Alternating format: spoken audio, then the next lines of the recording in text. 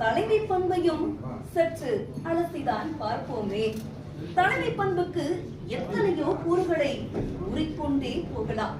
அத்துணையிலும் எனக்கு பிடித்தது என்னவோ பொறுமைதான். அகழ்வாரை தாங்கும் நிலம் போல தம்மை இகழ்வார் பொறுத்தல் தலை என்ற என் வள்ளுவனின் வாய்மொழியை தன் வாழ்க்கை மொழியாய் வாழ்ந்து கொண்டிருப்பவர்தான் எடப்பாடியார். ஒரு செய்தியாளர் சந்திப்பில் தன்னை நோக்கி வரும் அனைத்து கேள்வி கடைகளையும் தளராமல் கேட்டறிந்து அதற்கான பதிலை சற்றும்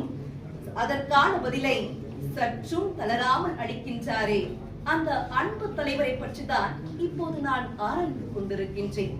மகளிருக்கு மாதம் 2000, மாணாக்கர்களுக்கு கல்விக்கடன் ரத்து, மாற்றுத்திறனாளிகளுக்கு கூட்டுறவு வங்கியில் வாங்கிய கடன் தள்ளுபடி, ஏன் ஜல்லிக்கட்டு களத்தில் காளைகளும் காளையர்களுக்கும் தன் அன்பை எப்படி கிள்ளி அல்ல அள்ளி அள்ளி தேர்தல் அறிக்கைகளாக அறிவித்தாரே, எங்கள் எடப்பாடியாரை பற்றி தான் ஆராய்ந்து கொண்டிருக்கின்றேன்.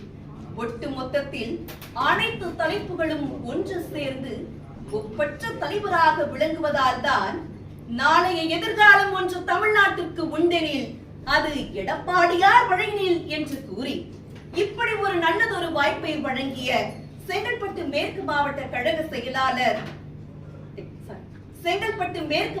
கழக செயலாளர் சிட்லப்பாக்கம் சா. ராசேந்திரன் ஐயா அவர்களுக்கும், செங்கல்பட்டு மேற்கு மாவட்ட அஇஅதிமுக மாணவரணி அவர்களுக்கும் எனது மனமார்ந்த நன்றியை கூறி விடைபெறுகிறேன். நன்றி, வணக்கம்.